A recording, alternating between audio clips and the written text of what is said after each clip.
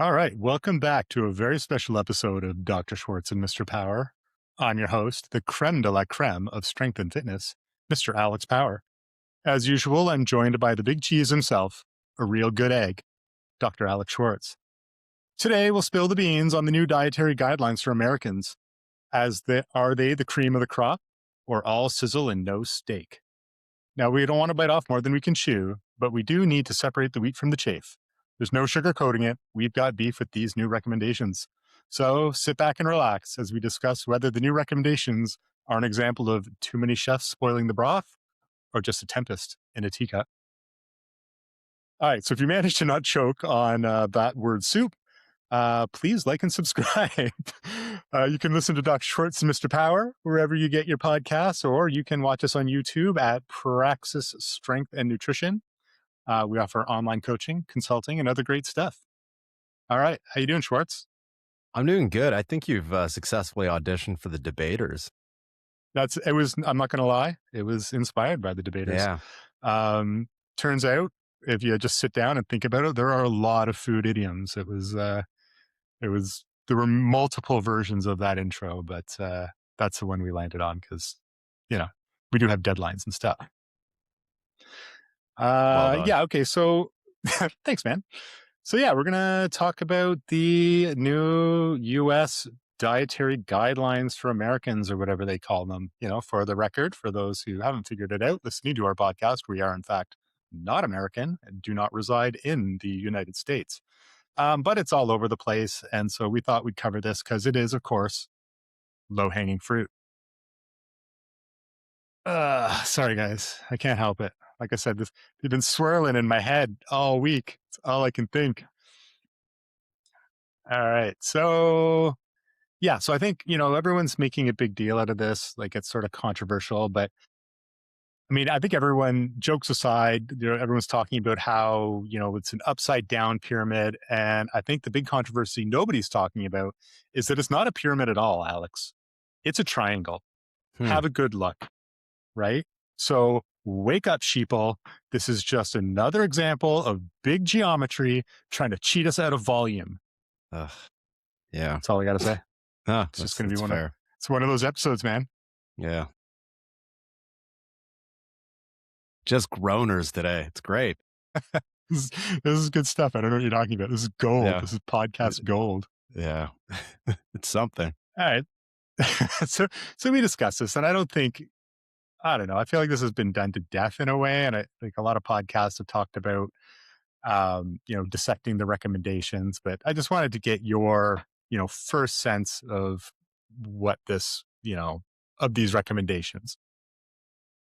I know my knee-jerk reaction my knee-jerk reaction with any recommendation is what people's typically is. It's just, okay, that's great. What's the point? Nobody's going to follow this, which is always a cynical way to look at it. But it's also important to note that some of these things do inform food programs, in this case in the United States. So there is something to be said about them. At first glance, there's some wonky things in there. It's not horrendous. I will give credit where credit is due. They did simplify a little bit because, from my understanding, the last food recommendations was 100 pages plus, and in order to get these things across, you need to keep them relatively concise. So this one's shortened it down. There's, again, a lot of really weird, wonky things in them. For the most part, it seems like a lot of the big names in nutrition, including Marion Nestle, not related or associated with the actual company Nestle, but she's a huge just a happy coincidence. Maybe not for her, but yeah, the general consensus was meh.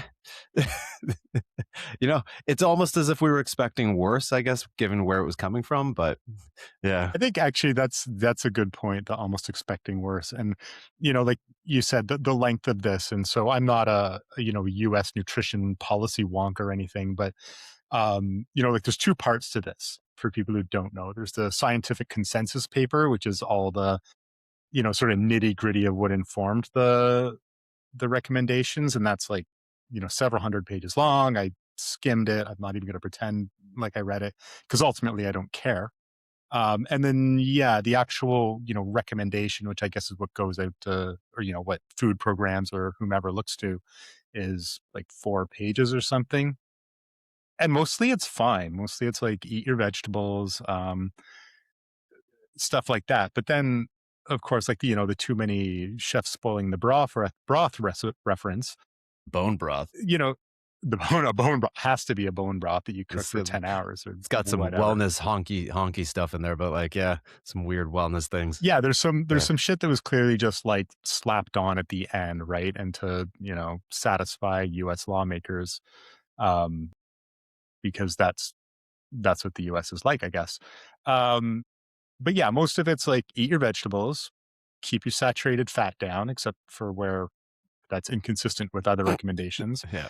Um, and then there's some, you get some strange stuff. And so where you get some strange stuff, I think, is where we'll spend our time. And again, this isn't going to be like, this has been dissected by other podcasts and articles and everything. And I don't even think it's necessary, honestly.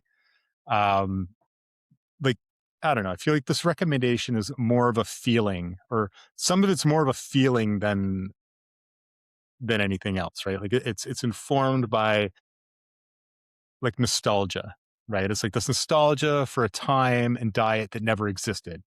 Like, images of farmers' wives spending their day preparing big meals for manly men who spent their day doing manly things like punching stuff and eating organ meat, maybe arm wrestling over the last piece of jerky at the end of the day. Step into your Which they, Ford truck. yeah, just Feels like an as all advertisement for happens. Ford. Yeah. Yeah, like dusty sunsets, maybe some arm wrestling. I don't Shirtless know. arm That's wrestling. shirtless arm Yeah. wrestling. Yeah.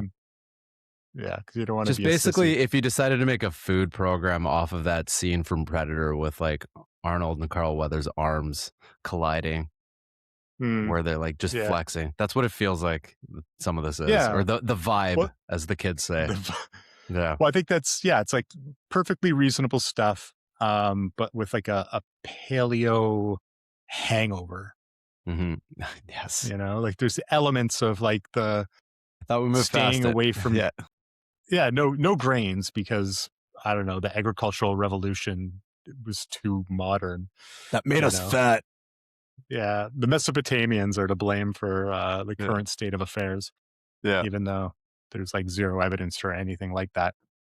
And apparently they Um, found evidence of pre-agrarian human teeth with like grain marks in them. I don't know how they do that, but that's, we've been eating grain longer perhaps than we've been actually 12,000 years ago or whatever it was, the agricultural yeah, revolution. so yeah, Yeah. 12,000. I mean, I'm not by any means a anthropologist, but Hmm. I've read a book or two, even recently. And yeah, so, people talk about the agricultural revolution, which for listeners who don't know was the, sort of rapid spread in the Fertile Crescent, or what's now parts of Iraq. So the rapid spread of agriculture about 12,000 years ago, but it didn't come out of nowhere, is sort of what newer evidence points to, in that there were groups around there who'd been practicing at least seasonal agriculture in the region for quite a bit longer than that. Hmm. But again, I don't want our anthropology buffs calling in, or calling in like we're on radio, emailing us or messaging or whatever, is telling me I'm an idiot and I'm not an anthropologist. And that is in fact the case. I'm not, but my understanding is that Well, you're it not was an in fact idiot our. though. That's not fair. I hope not. Yeah. Anyway, I appreciate that, man. Yeah. I'm here for you. Um, so another thing I don't like about, or I guess like an undercurrent, or and this goes beyond the food recommendations or the dietary whatchamacallit. Um, and that's the way the narrative around it's built. And some of the messaging around it. And I think it's important to understand, and I think this doesn't get said enough, that in a historical context, people's health is really good. Yeah, we're Like, living longer. yeah, there's Yeah. heart disease and stroke are way down over the past like 50 years, in no small part because of, a reduction in, Smoking. saturated fat consumption, smoking. That's a huge one. People are drinking less alcohol. If you normalize for age, incidence of a lot of cancers are way down, especially those associated with drinking and smoking. Cancer overall is up, but that's just because the population's getting older, and as you age, you're more likely to get cancer. So it's more of a demographic effect than it is saying anything about people's lifestyles. Chronic diseases are managed better than ever. And yeah, like I don't want to be dismissive of some negative trends like increase in obesity and overweight, as well as a decrease in physical activity. That's real. But people aren't actually generally in terrible health. Like it's boring but true. Yeah. Thank you, science. Yeah. But yeah, but you get that, right? Like this is seems to be how it goes. You have now generally some part of the internet drumming up this idea that your health is terrible, everything's broken. Um, we used to be so much healthier. Demonstrably untrue for Yeah. anyone who cares. Um, 100%. and then after you get everyone riled up and scared about this, you offer up some hokey, healthification program that relies on weird things. Like for some reason, whole milk is like held out as some magic elixir. It's not. It tastes Yeah. all right if you like milk, you know? I Yeah. don't mind the I taste of whole milk, like, I like it, but it's not a magic health drink. No, and I think that's a big thing. Like a lot of the things that are, mentioned in this aren't on their own necessarily bad, but they have no special health conferring properties either, right? Like whole milk being a great example. Um, I'm not a big milk drinker. I don't know. I don't dislike it or like it, but I don't find myself drinking milk, except for in cappuccinos, which because I have a giant espresso machine in my house, I drink far too many of, and that's probably my entire milk consumption, which incidentally is whole milk, not because I think it confers any benefit to my health, but because it's delicious steamed. It's much better than lower fat milks.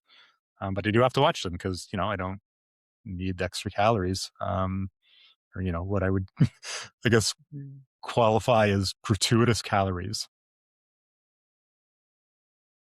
I don't know. You don't drink a lot of milk, do you? Or do you drink some? I don't know. I actually do drink milk. Okay. My whole life I've drank milk. It was, it's funny, we joke around the house, if I have even a little bit of chocolate, I end up having to just clean it up with, like, a big glass of milk. It's this weird thing I have. I think it's since I was a kid.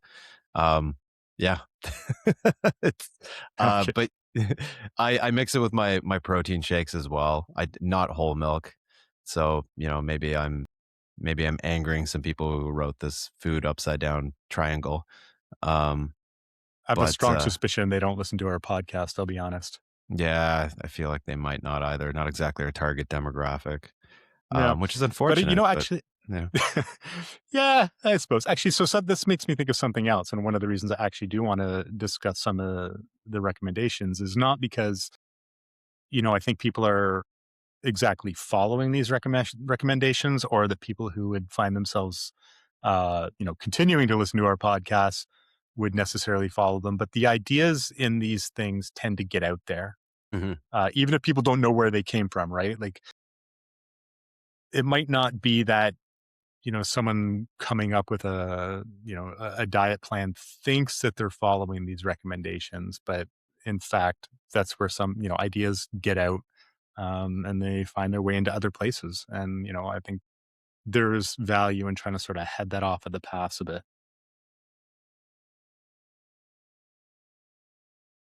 Yeah. So one of the things I also noticed about this is it's got a bit of a hack approach. Like, here's these diet hacks. And I think Yeah. that's another way to view some of the like peculiar inclusions into this, like beef tallow, Mhm. which we'll get to. And I don't know.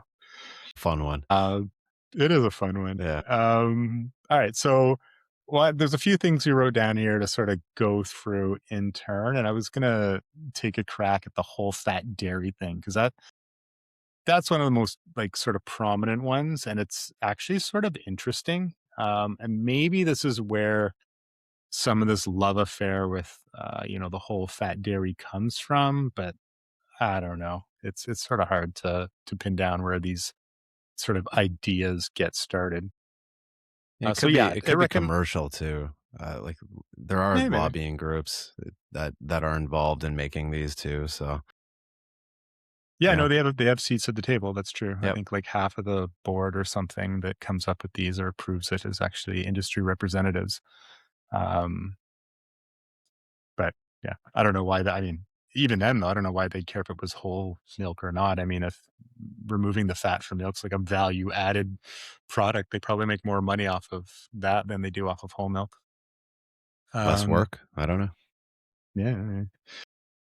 All right. So what's with this like hard on for whole fat dairy? So there's actually some interesting research on this. One of the things we should just square away first is that, saturated fat is absolutely definitely linked with cardiovascular risks like atherosclerosis, which then subsequently increase your risk of things like myocardial infarction, the heart attacks, and stroke. Very bad, not good. You don't want to be eating too much saturated fat. Um, doesn't matter what the carnivore people say, they're wrong, but then, they think people should be carnivores, and humans have in fact never been carnivores. Everything about our biology tells us that, but they're not going to listen to me. But anyway, so one of the interesting things about dairy products is that they are in fact high in saturated fat. But when you look at epidemiological data, populations that eat more dairy don't seem to have it doesn't seem to affect um, risk factors for cardiovascular disease. So it doesn't seem to cause atherosclerosis or like scarring in the people call it plaque buildup, but it's sort of like a plaque slash scarification inflammatory response in the blood vessels. And that's kind of weird because it goes against the prevailing model. And I think this has led people to think, that the saturated fat model is incorrect or that this is a hole in it. But that also doesn't seem to be the case. And it's just like a lot of things in biology, it's a little bit nuanced. So, for example, if you increase, dietary saturated fat intake through butter, which comes from dairy, but it's processed out of it, it does increase risk factors. So it does negatively affect lipid profiles. That's bad, right? So it increases blood cholesterol. Um, but if you're eating whole dairy food, so cheeses, milks, where the fat hasn't been processed out, it doesn't do that. Um, this is still pretty new area research, and it's not clear why this is the case. In researching this, I found, some animal data. There was some work on hamsters where they looked at the microbiome in the hamster's gut and suggested that, through this not uncomplicated biochemical pathways, why this is the case. I think that's, putting the cart before the horse a little bit. And we don't need to get into that. And I'm not going to pretend like I could get into it at the moment. But the fact remains that for whatever reason, this seems to be a real effect. So I think this is what has people thinking, okay, I can increase my saturated fat if it's coming from dairy and that's good. But there's a couple problems with this. One is that it seems to be independent of the fat content. So you get Mhm. the same effect if you remove the saturated fat. People seem to still have a positive, or seems to have a potentially positive effect on blood lipid profile. So whatever's happening, it's not the fat that's doing it. And Dr. Schwartz, would you like to guess at what one of the other problems with increasing or significantly increasing your whole dairy intake is? The calories that you're going to be ingesting are much greater. Hell yeah, man. Like Yeah. dairy products are super calorically dense Yeah.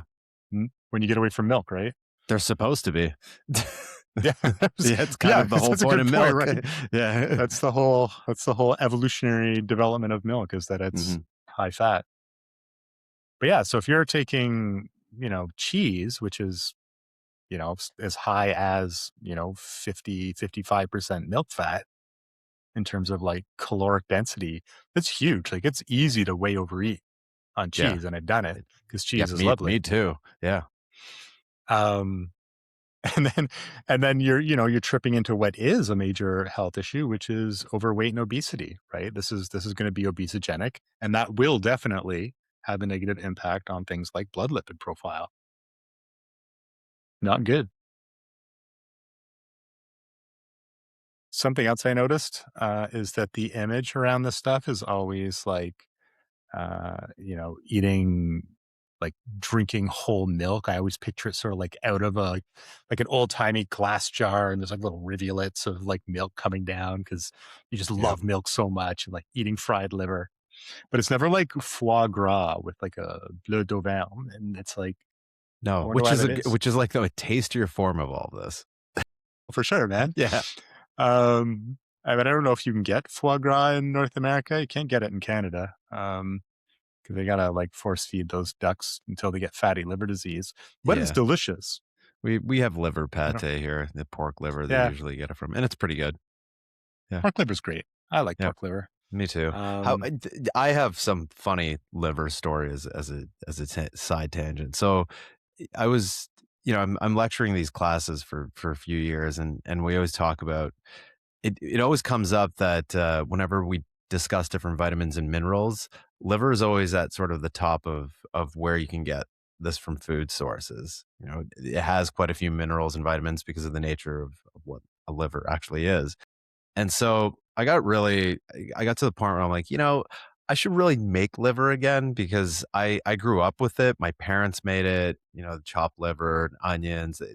We had it. Um, and so I thought, there's no issue here. I could totally make it. I could eat it. So I got super excited. I bought a lot of liver.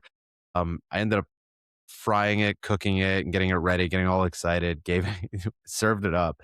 And and my my kid and Shannon were both eating it, and they're like, "Yeah, it's not that great." I had like a bite, and I almost threw up, and I just threw out the rest.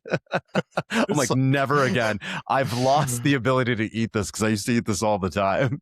Oh, your Slavic ancestors must be ashamed of you. Oh, yeah, no, they are. I can still eat beef tongue with the best of them. Beef tongue's good. Make it's good good It is really sandwich. good. It's Yeah. great. Um, There's a alright, do you moment wanna in Slavic life where you discover that it's an actual tongue when you go to the deli with your family and see like the whole thing, like the whole that's what it is. You're like, oh, when your like parents get cuts of it. But anyway, sorry, go ahead. No, no, no, I have Yeah. nothing that tops that in terms of addition. Um, and I mean, eating organ meats, or I mean, tongue's not an organ meat, but eating organ meats was a lot more common in North America, right up until like the 50s, actually. But yeah, I don't mind it. I don't mind a bit of organ meat now and then. I don't. My daughter loves organ meats. It's weird, but she always has. She's a funny kid. Um, so yeah, so back to this, you know, whole like infatuation with saturated fat that's parts of this recommendation seem to have. And that's the funny part about this is that simultaneously this recommendation says that, minimize saturated fat intake. And then it says, good sources of fat and protein are butter, beef tallow, and, red meats. So of course, like, I mean, again, like I like red meat. Like this Yeah. isn't like a vegan podcast where, we've got some confirmation bias where we want to tell everybody, oh, red meat's bad. And, like I like I wish it Try to wasn't. avoid the processed stuff. Like, Yeah. if you're gonna Well, have even yeah. yeah, That seems I to mean, be you there should seems to not be eat too much red meat. epidata. Yeah, Yeah, and for yeah, sure. exactly. And epidata, if you can parse out the processed red meat versus, unprocessed red meat, you start to see where like the actual there's more issues with processed red meat. For So sure. For sure. it's not even shocking. No, but I mean, that red meat is a good source of fat. I mean, it's something I want to believe Hmm. because this isn't confirmation bias. Like I want that to be true. Yeah. It's not. Like, I No. mean, I would love for a good source of protein and fat to be a big smoked meat sandwich. Like that would be great. Just Yeah. isn't. No. So yeah, butter comes up a few times in this. So why don't do you want to chat a little bit about sort of butter and how that fits into a healthy diet, or if Well, it does does, or it? Like how it it doesn't? No. I mean, I love butter. Full yeah. disclosure, as much as a lot of other people do. Um, my child unfortunately has recently gotten a taste for salted butter, which he Ah, it so good. it's so good. Because I couldn't find the regular butter, so I bought salted butter one day, and now he demands it all the time. So it was like a mistake that I made for a 6-year-old. Now it's a thing. Um, but it is really good. It does on toast and everything. But it's something you want to minimize. You don't have to stop eating it, but it's really hard to eat more than just a little bit without tripping over into a diet that's high in saturated fat and just going over your caloric intake. You know, there's a little bit is going to add quite a bit to your calories. It's just what happens because it's fat. It's pure fat. Um, I get wanting to eat more butter. It's delicious. But this is just a recommendation based on feelings or whatever it is that like kind of push this recommendation. Um, it's going back to this nostalgia idea, this imaginary dinner table where ma and pa sit down after a long day of, of milking cows or whatever, just and and like plowing the fields and pulling turnips out in case of my people out of the fields, and potatoes. And they definitely have like a whole block of butter just sitting in the middle of the table. And again, growing up with Slavic food, like, I mean, the butter wasn't there. It was just on everything. So Yeah. yeah, it's good. Oh, it's why Let's you were not, such a slender kid, right? oh, totally slender. Yeah. That's why immediately the first time I went and played football, they're like, yeah, you're going in the line, kid. Picking turnips. Yeah. Turnips are funny. Like, Yeah. actually, I like pickled turnips. They're delicious. Like Yeah. it's something I think of with, And beets like and beets. well, Yeah. like falafel or shawarma. That's pickled Shawarma. turnips on that are so good. It's another Uh, thing my kid but they loves. but Yeah. if you open a jar of pickled turnips, like they smell like dirt. There's a real earthy Earthy. tone. Like Yeah. it's and by earth I This mean dirt. It smells like this dirt, smell but they're this good. smells like home to me, Alex. Yes. Oh, fair, Yeah. fair. No, yeah. I mean, yeah, I like them, but it's I don't know. You sort of I like them like a really stinky blue cheese. Like you smell it and it's like I don't know, and you eat it, and it's like You're that's like, really yeah, good. that's really good. Yeah. Yeah, turnips But, are it's great. It just reminds me of like Mario as well. The specifically the second Super Mario Brothers. That's where the beets turnips are getting turnips. pulled out of the ground. Oh, Yeah, is that, was oh okay, yeah. Sorry, yeah, that's I don't remember that. yeah. I never had any of those games. I always had to play them at friends' houses. We didn't really have. My parents weren't like big video game supporters, so yeah, I had to go over to Barry Sharp's house and play Super Mario Brothers 3. He had cool stuff. He also had like the original Reebok pumps, which I wanted so badly, even though like I've played basketball like twice in my life. I needed those shoes, but he had them. I They've didn't. remade them. A They friend of have a mine weightlifting who's a version. basketball. Yeah, okay. So I was just about to say a good friend of mine. I've started teaching him how to squat. And he's a basketball player. He was like in the NCAA, and he found a pair of weightlifting shoes with pumps in them. He got so excited because like he loved like we all grew up with the Reebok pumps. And I like the Yeah, LA Gear there's. shoes as a kid, the light up ones. I don't know if you remember those. No, I don't remember that. No. It might be a bit old. Yeah. Um, yeah, one of the women in our club has the Reebok pump weightlifters. They're great. They're Um, fun. Yeah. yeah, oh, Yeah. for sure. All right, so protein. This is the other big one. It's sort of this one's funny. Like you have to have protein, right? Unlike saturated fat, which actually is not something that you have to have in your diet. If you don't have protein in your diet, or if you have protein deficiency, you die. You end up with kwashiorkor. You get a deficiency that leads to death. This is actually an image a lot of people are familiar with, even though they don't realize it. So when you think of, especially, images in the 80s of, like a kid who's starving and is where there's, either in a war zone or some other cause of a famine. It's usually a kid, very, very thin, like rail thin, emaciated, with a big pot belly, right? And so this is actually a condition, or typically the result of a condition called kwashiorkor, and that's like severe protein deficiency. Your body doesn't even have enough protein to make, necessary enzymes for regulating things like water balance. And so they get these big distended stomachs. It's not that their stomach's full of food. It's that their stomachs are distended from like incorrectly managing, electrolytes and water. And it, pretty quickly leads to being dead. So it's pretty, Yeah, it's pretty pretty terrible awful. stuff. Organ failure, the whole bit. You have to have protein. So for our listeners, another quiz for you, Dr. Schwartz, is the doctor of nutrition guy. Um, yeah, no, it's going to be a tough one. Uh, what are the specific health benefits to eating extra protein? There aren't really any. As long as you just need enough protein in your body. And enough is a lot lower than a lot of these fitness gurus want you to believe. Big Yeah, protein so if lobby I'm or something. so if I, big protein wants me to get big, I guess. Yeah. Um, yeah, so like if I'm trying to maximize muscle growth, more protein's going to help. But if I'm just like a guy going to work trying to stay fit and not have a stroke, what's the benefit to extra protein? Not really any benefit. If anything, it's just extra calories if you're getting calories everywhere else too. Oh, there Right. you go. Okay. Well, that's like not very exciting. Yeah. Pretty boring. Sorry. But I think it goes back to that whole like these almost like this idea of superfoods, right? Like if not enough protein will kill me, extra protein will make me Live forever. extra, yeah, extra not dead. Yeah, nutrition's funny. I mean, generally, the story of nutrition is if there's a deficiency, there's a problem.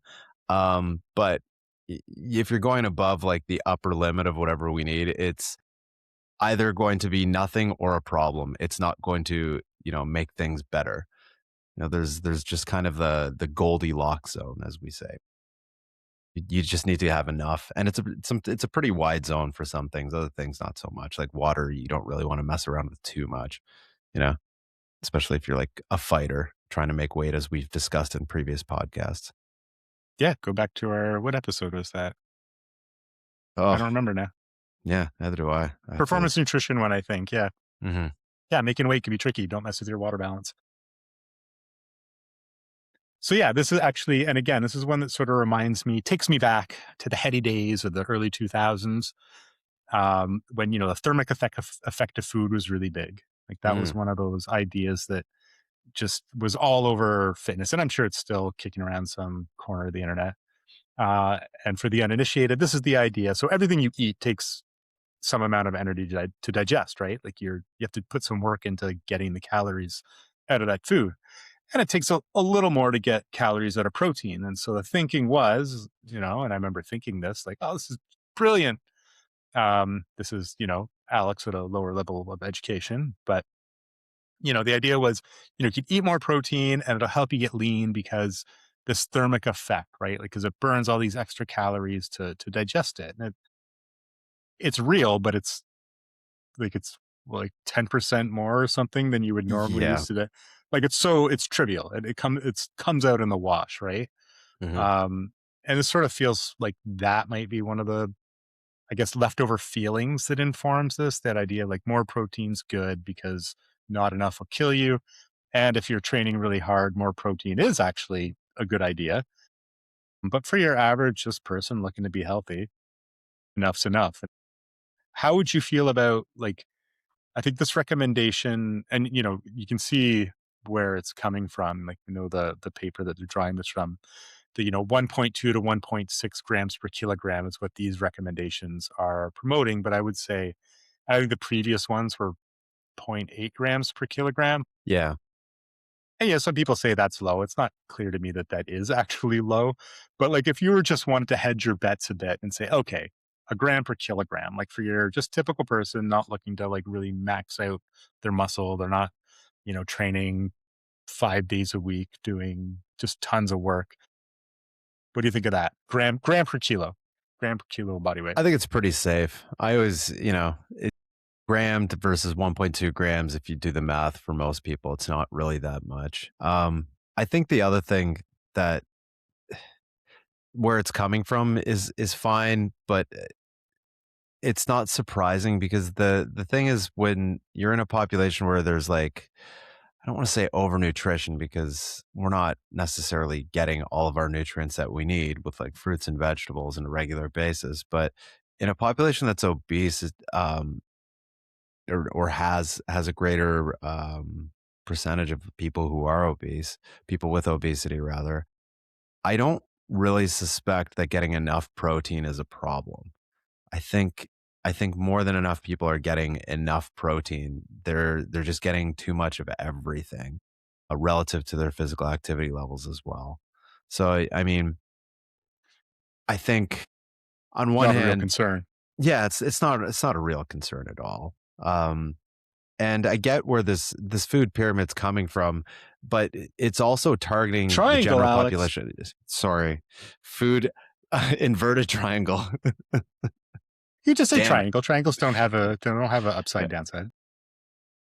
These food recommendations. I'm not going to be geometry shamed here. I'm just going to call it I'm recommendations. I'm actually gonna start a geometry podcast, a spin-off from this. We're gonna talk about how something that looks like a straight line could actually just be a degenerate triangle, which is actually a real thing.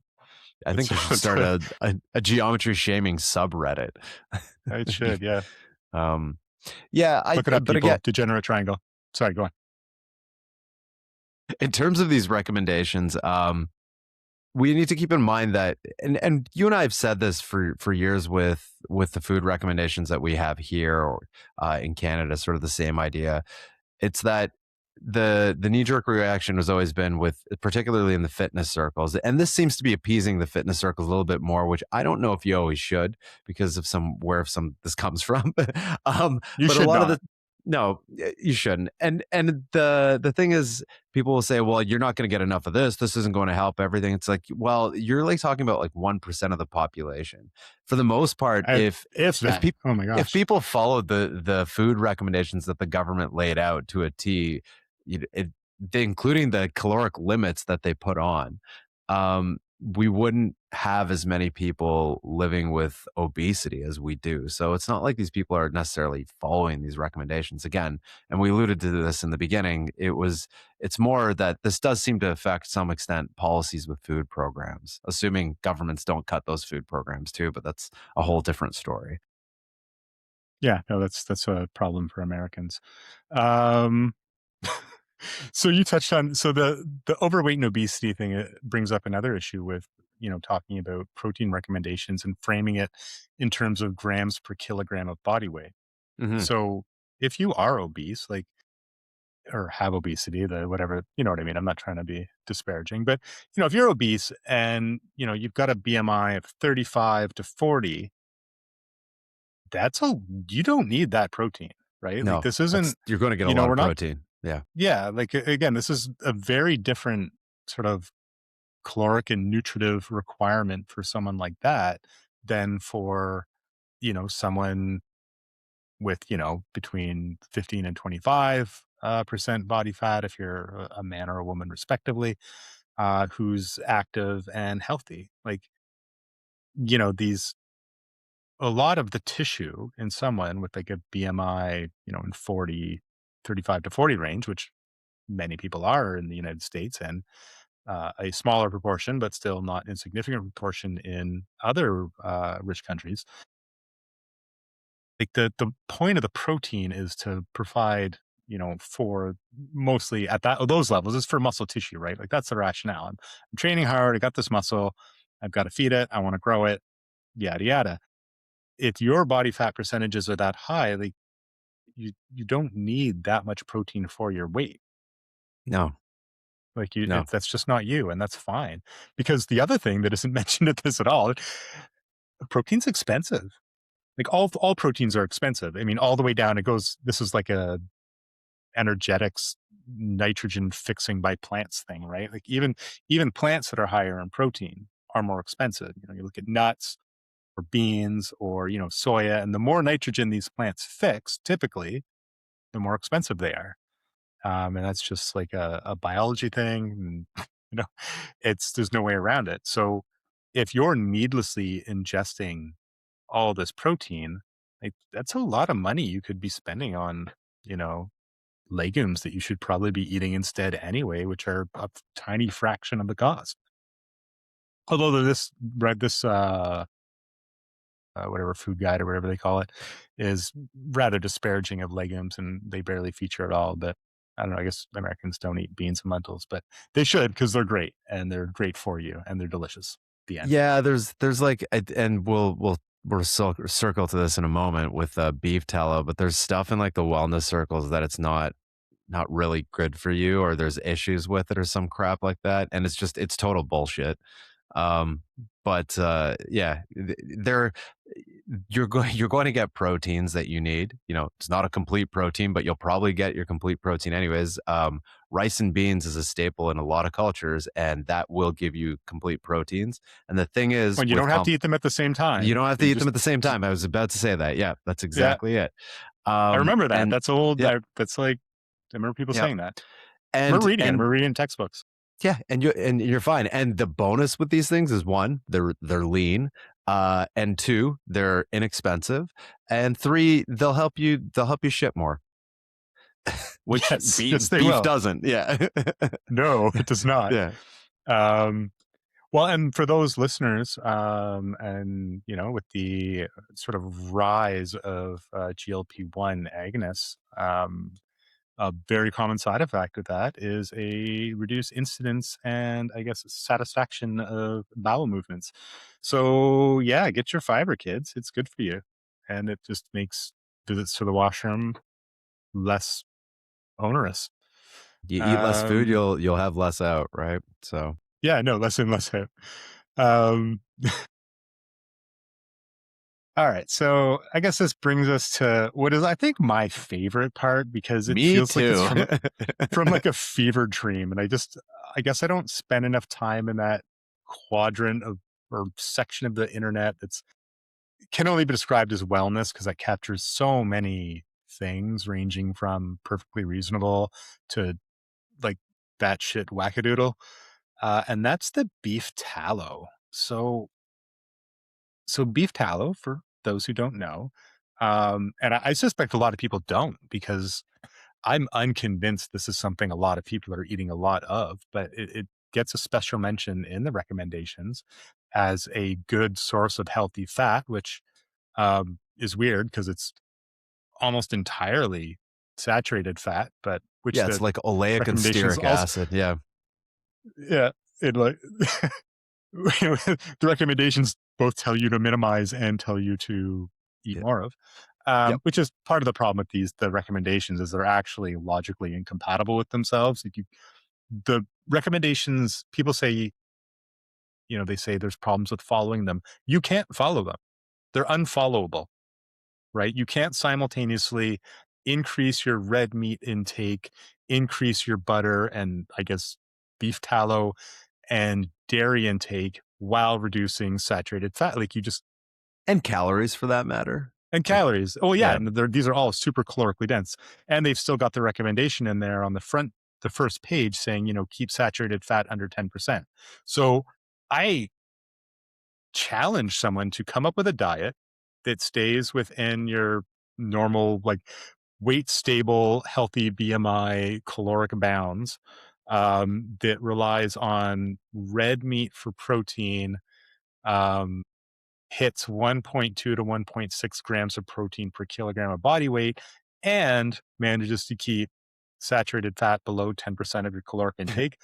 You can't do it. It's Unless undoable. Like you if you cannot. eat like an 8,000 calorie diet and you're like 900 pounds and you burn that much, or like I an get Olympic athlete, maybe, but it's undoable. It is yeah, undoable. I mean, or if he could do it, it would be just the most cockamamie diet. Like I just can't even imagine.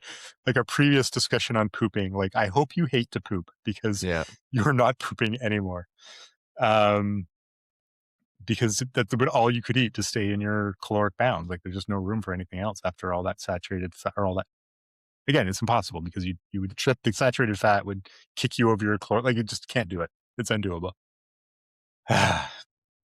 So I yeah, refuse. I what's beef? refuse Do to you believe know? any of this fitness bros that say that like they are on this carnivore diet and they poop normally. I don't think that's normal poop. Whatever they're That's just producing is not normal. It's bullshit. No, I mean, it's it's not bullshit. It's not any shit. that's good. Yeah. It's just yeah, it's just nonsense. Just internet nonsense. Um, all right. Could you describe beef? I like honestly don't think everybody who listens would know what beef tallow even is. So I'll read the definition that I've managed to kind of scrounge out from Wikipedia.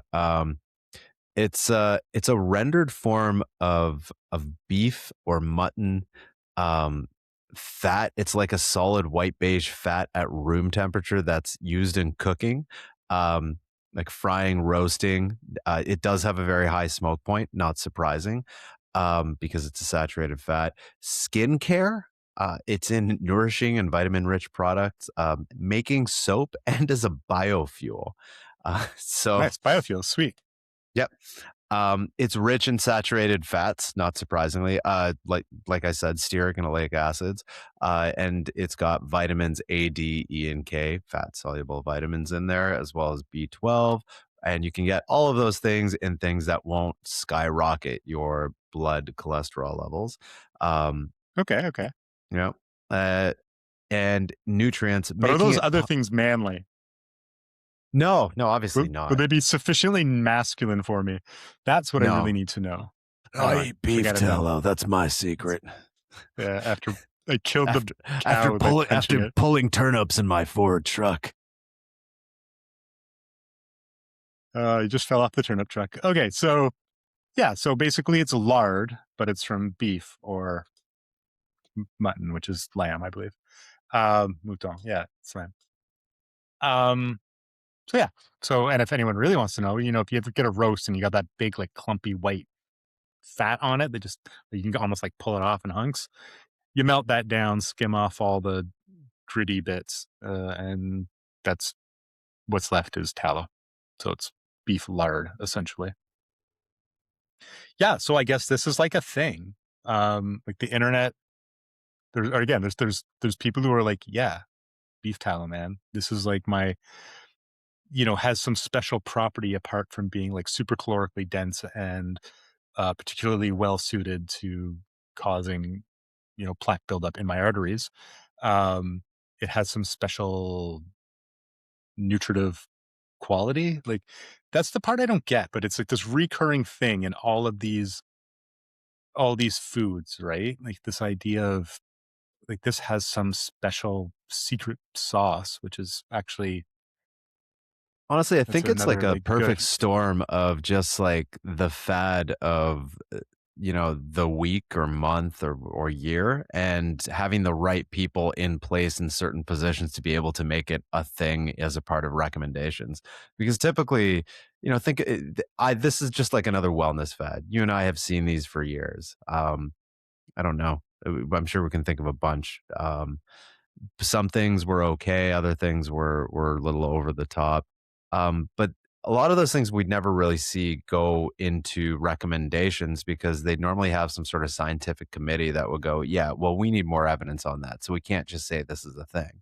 But I think now they're just in a perfect storm where somebody can leverage whoever is making these decisions to draw the picture of the inverted triangle and tell them we should have that in here. And they're like, yes, I agree, because I'm also batshit crazy. Okay, I like it. That's honestly, it's the only way I can understand how beef tallow got in here. I'm not sure. I don't know, man. I'm trying to rationalize it. Well, I guess somebody somewhere is just like, yeah, no, I'm glad beef tallow finally got its due. Finally. I finally being recognized for the superfood it is, which just I don't know, man. Like on the one hand, I don't want to crap on people and be like, oh, people are idiots, but I just like beef tallow. Why? Like why? Why the hang up on beef tallow? I don't Like just know. you know what I mean? Like if you just love saturated fat, I mean, at least butter's delicious. Lard and tallow don't taste like They're much of anything, they're really. not Like great. it's Yeah. just uh, like they're fine. Like you said, they have a high smoke point. So for people who are into cooking, they don't taste burnt at high temperatures, which can have some interesting culinary applications. But apart from that, I mean, it's just like hard to find butter. Like What about I don't think I've ever. bacon? When's bacon going to get its due? I think it does in this recommendation. It's a No, okay, although I get I did not see that. I made that up. It's just because it's I wouldn't be surprised, it's a but like high fat I'm red meat. yeah, it's at the It's red point meat. where I was going to go check because I'm not sure and I believe you. It's although they do say actually, again, you can tell that there's like two hands at work here, right? Like for all the scientists and intelligent policy people who like spent years putting this together, like my heart goes out to them, man, because it's got to be tough to draft the scientific like consensus piece and then have like some asshat appointed guy come in and be like beef tallow. We need more beef tallow. Also, more saturated fat. Yeah, Also, your beans and are again, stupid. yeah, beans are stupid. Although again, like there are some good things in this, right? Like the recommendations say, consume less processed food. Yeah, all in on Go that. towards Absolutely. that's great. I think Yeah, most people, especially in the US, which I think is particularly it's a particularly big problem, like too much processed food. It's not good. And we mean heavily processed food, and there's all sorts of argument over how to define that. But less Twinkies, more not, broccoli. yeah, more broccoli. I guess I don't know. And they did Uh, have recommendations for you should eat vegetables, which is nice that they yeah, didn't no, take they that away. say lots of Yeah. vegetables. Again, it's Yep. good. I think we can all get behind that. There's lots of data support it. That actually does seem to be the one thing that it's specifically if you eat more of, Yeah. there's more health benefits. I mean, Yes. it's not the only thing you should eat, but it seems like there's an awful lot of benefit. We don't even know what they all are, how it all happens, other than the hand wavy phytochemicals that are in these things, which is just a way of saying there's a lot of stuff in these foods, like chemically we don't know what they are. They're doing good things. You should eat more of them, and that's in fact when we talk about a high fiber diet. Fiber in and of itself does have some health benefits, but it's a lot of it is also just if you're eating a high fiber diet, it means you're eating a lot of vegetables and they all have things in it that are good for you. And that's really what it's about. So yeah, eat your veggies, eat your legumes. They're delicious. Yeah. All right. So any other thoughts on beef tallow or like butter or milk?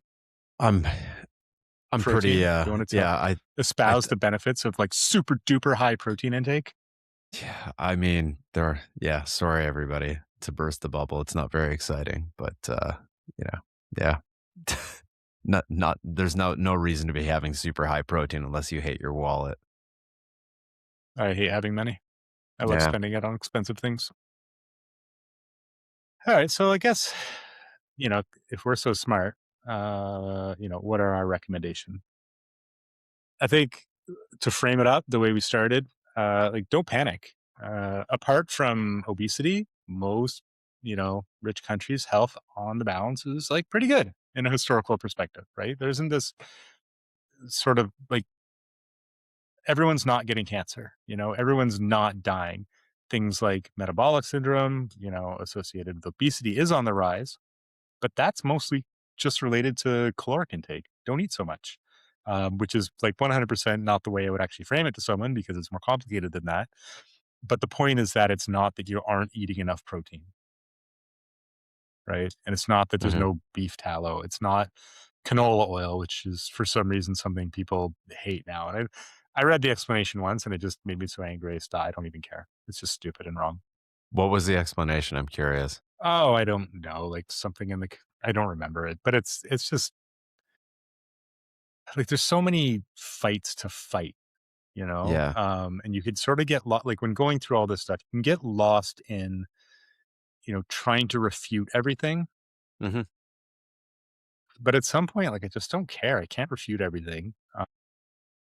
And the people with whom I need to refute from a mechanistic standpoint, like we've really gone in for this weird because this enzyme does this thing. Canola oil is making everyone fat. It's like it's not. It It's clearly not. isn't. We know it isn't. But I also don't care enough to like sit down, go through it, and be like, this is what you're thinking. Let me disabuse you of that notion. Like I don't have time for that. I'll just Have say, canola oil. I just don't love the flavor of it, with cooking. yeah, it's okay for Yeah. like, if I'm frying onions or something Yeah, or yeah, yeah. it's pretty flavor neutral. Like I wouldn't drink it. It is. No, I like Doesn't have a sunflower oil. particularly It's high nice. smoke point. But yeah. Okay. Yeah, there's certain Mo sunflower oils that are more aromatic than some of the other ones. It's really there. You can tell a difference with cooking oils. It's like with olive oil too. You can tell a Oh, for difference sure. with yeah. Definitely. Yeah, most of the oil that I actually add to things is either olive oil Hmm. or if, for frying garlic, onions, ginger, stuff like that, like when starting a recipe, honestly, I'll either grab olive oil or canola oil, whatever's closest, because both are fine. But yeah, people, obesity and overweight, this is energy imbalance. This is not superfood deficit or whatever. It's none of those things. All right. So our recommendations: saturated fat. So this guideline and others say, keep it no higher, or, say keep it under 10%. Multiple lines of evidence suggest it should be lower than that. And there's probably no minimum. Go as low as you can reasonably while still enjoying your life. For instance, the American Heart Association recommends keeping that number under 6%. And I know, again, there's reason to believe lower still is better, but it gets hard if you're eating any amount of meat or animal-based products, which most people are. It's going to be pretty tough to get it under 6%, honestly, just like from a practical perspective. All right, dairy. What are your recommendations on dairy, Schwartz?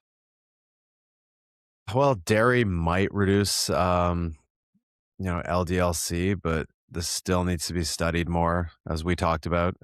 Keep in mind, it was found with whole milk and ricotta, which both have the high water content, and that needs to be considered.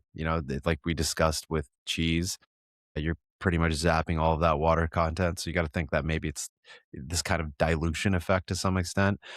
Um, Even if dairy does positively impact your blood lipid profile, taking whole milk like medicine is just going to put you over the calories that you need for the day, and you're just going to end up getting you're going to end up with too many calories, and subsequently you could end up with high blood lipids anyways, because you're somebody who has obesity.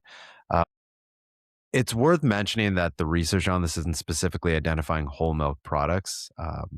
There doesn't seem to be a special reverse saturated fat and whole fat dairy driving the effect. So I like the idea of a reverse saturated fat. It's I like would love saturated that, fat, but in reverse. but in reverse, it's the saturated fat killer. No, this is the butter that makes you healthier. So in my case, I try to get as I said, I do drink milk. So you might be able to get the potential protective effects of dairy in a lower fat form. So it's a win-win. Um, I know Shannon likes to mix her coffee with some kind of milk product to kind of just cool it down more than anything. And so we're fine with skim and 1%. We don't have to do cream necessarily because it's not a flavor thing. Uh, but like I guess for the most part, just maybe hit pause on the dairy fat maxing.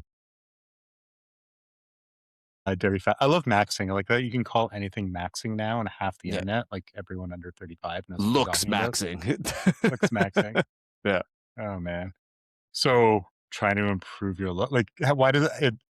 It's like a new word for something that was already a word. Yeah, I don't know. Improve, but more.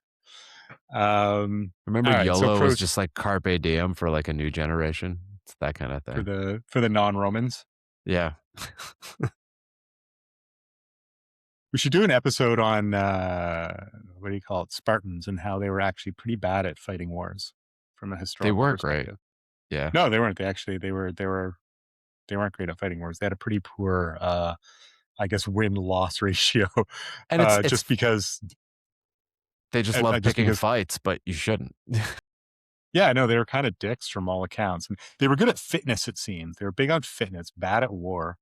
And I only say that because half the internet now seems to think the Spartans were super cool and that Been they're around like that for Spartans a as while well. since that movie Uh, with all like the sexy greased up dudes. yeah. Yeah, Yeah. no, that was definitely Impractical armor for war. They're just the loincloth and cape is not going to help you prevent a spear from going in your chest. yeah, it turns out bad at fighting. All right, so protein, that's the other one, right? So I guess something else I think I'd like to mention or to bring up is most people aren't counting their protein. There's this idea that, oh, eat this much even, people who come to us, people who, I've coached, just getting people to reliably count how much food they eat it's not trivial. Even with apps now.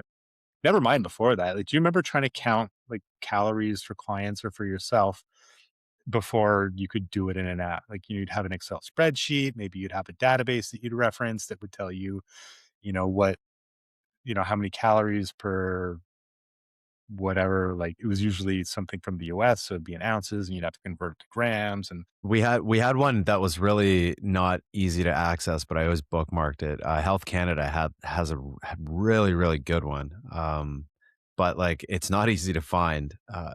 It's got everything and any food you can think of. It has just the entire nutrient profile of it, like down to like ash percentage and everything. well, yeah, because And it, that's I for just those who use don't know. yeah. So I was Sorry, gonna go say, ahead. for those who don't know what Schwartz is talking about here, so to find the calorie content of food, they burn it, right? And I guess a bomb calorimeter is probably what they Yep. use. Direct Um, calorimetry is what that is. okay, there you go. Yeah. So yeah, you burn it and you measure how much energy comes out, and this has this many calories, and so at the end you've got a certain amount of ash, and that's Ash. actually reported in these tables. Yep. So anyway, yeah, go ahead. Sorry, I cut Yeah, you off, but but that's what we'd use. You'd have to go online, search for it, look up what you need from it. The top of it is usually calories, and then your macronutrients, and then you start hitting micronutrients, and it goes down all the way to ash. But it was a bit of a slog. There was quite a bit of work to do. Um, and it left sometimes if you're trying to do food planning, it left pretty rigid food plans that you had to stick with because if you deviate, well, you all of a sudden you want to go with a different food. Well, it's got a totally different nutrient profile, but most people don't eat the same thing every day, every meal. probably good. Yeah.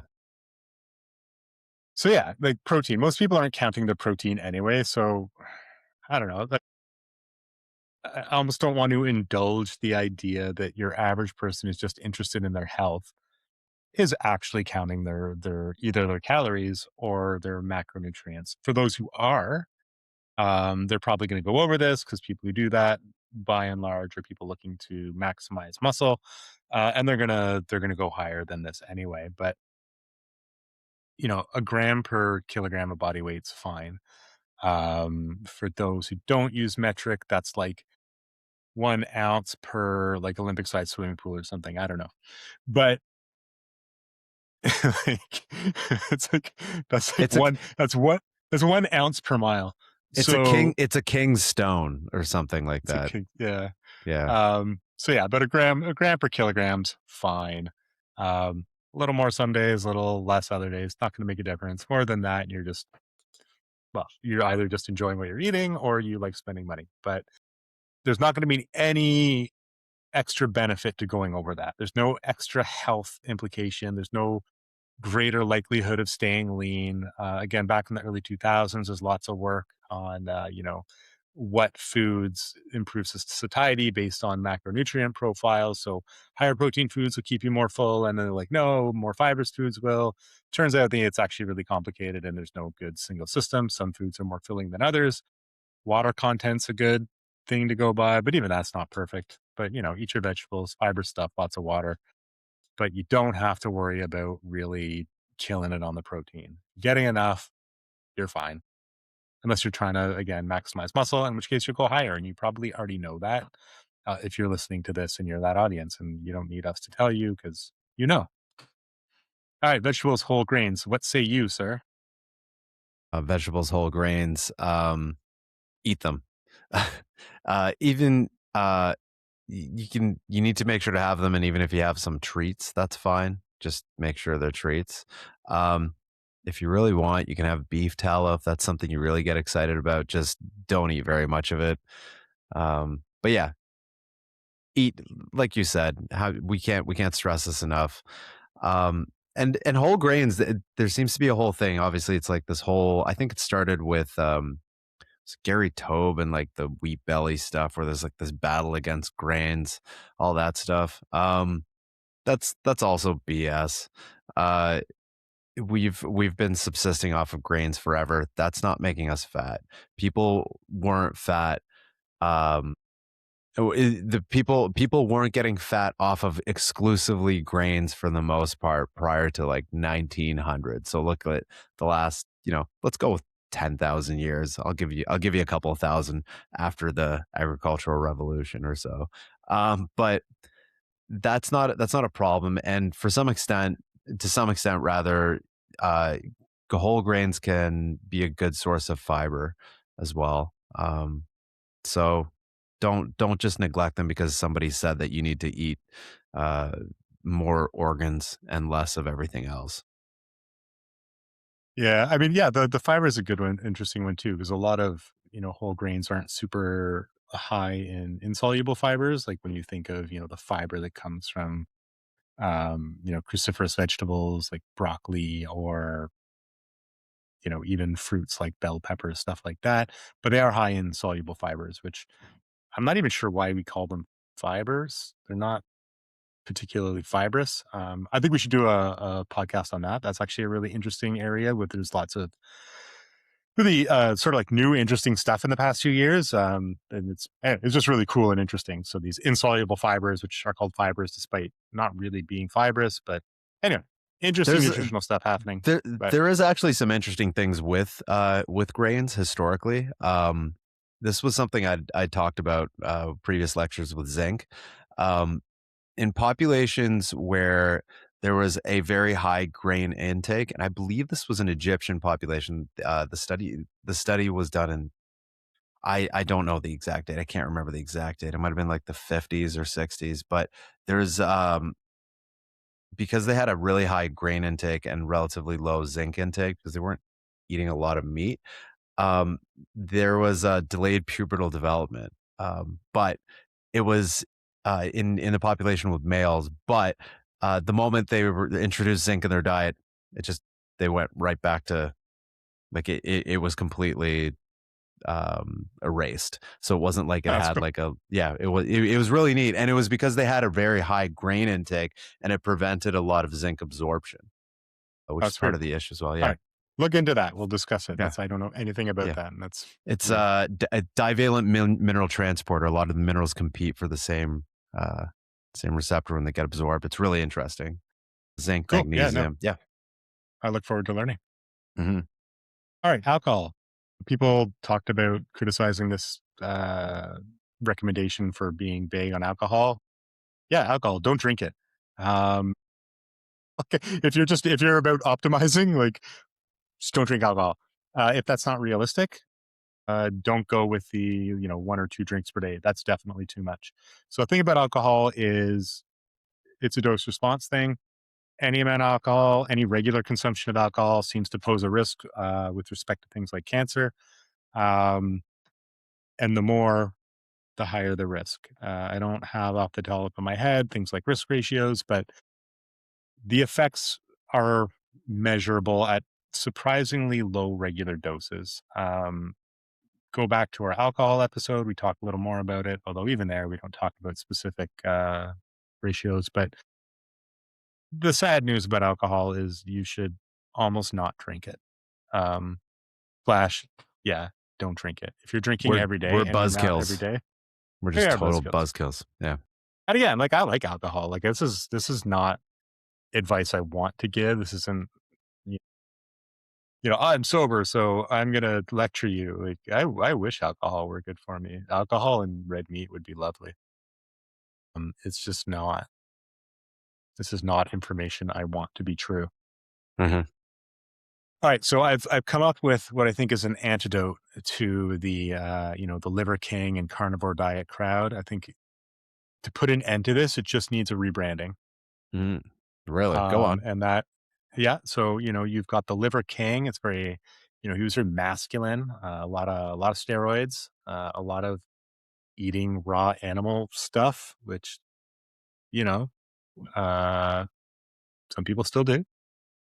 Certainly, I live in the subarctic. For those who are unaware, and certainly in Inuit populations, are still big fans of raw whale meat, skin from the whale. It's all things people eat. I struggle with it. It is not for me. Um, but for those who are engaging this as some sort of, again, weird acting like people are baby tigers or whatever, I propose, instead of the liver king, Baby the tigers. foie gras pharaoh. And it Oh, contains all the same elements. Okay, so it's got foie gras. So for those who don't know, that is, it's a prepared liver from an overfed a duck with fatty liver disease, essentially, and they spice it and they put in some mustard. It's lovely.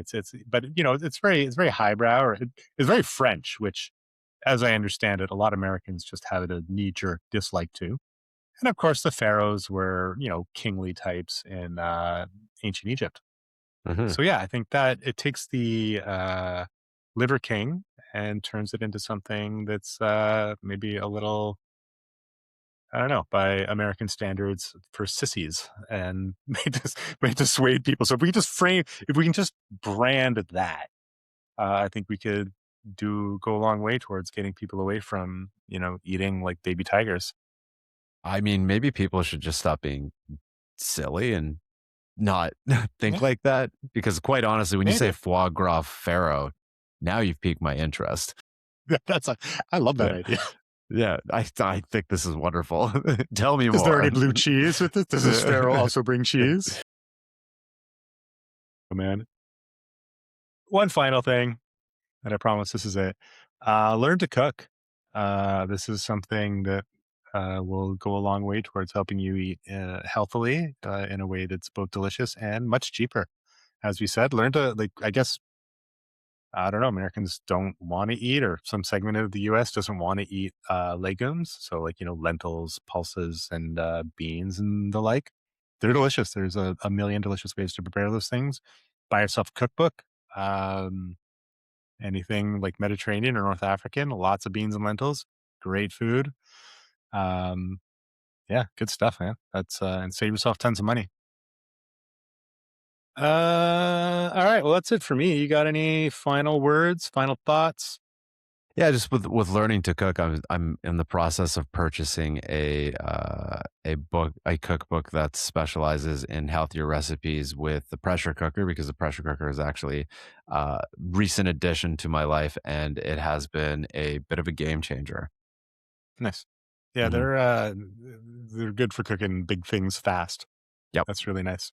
Yeah, I really like it. Um, yeah, we should do like an episode on, I don't know, recipe book recommendations. Or I'm a big fan of cookbooks over the internet, because the internet recipes are actually typically one recipe that someone posted with some false story about how their grandma taught them this recipe, Holy and crap! then It's and 10 then like minutes of scrolling. and then 300 sites that have clearly just like ripped off that recipe. Really, this is my auntie's recipe. This is my Oma and Opa's recipe. Like, you're all liars. Well, they're You all just went to bots, if that's the example. allrecipes.com and made some shit up. All right, folks. So that's it for us. Don't forget to like and subscribe and share with all your friends, and leave comments and engage. If you're watching this on YouTube, you can listen to it as a podcast. Dr. Schwartz and Mr. Power. If you're listening to the podcast, you can catch us on YouTube. Praxis Strength and Nutrition. Don't even ask why they're different things. I guess because they're, in some respect, different products. You can also go to praxispn.com. That's our website. Like everyone else, we're trying to make a living. So, we sell coaching and nutrition consulting, and yeah, any number of interesting things like that. Reach out if you want to chat. All right, Schwartz, till next time. Have a good one. You too. Have a good one.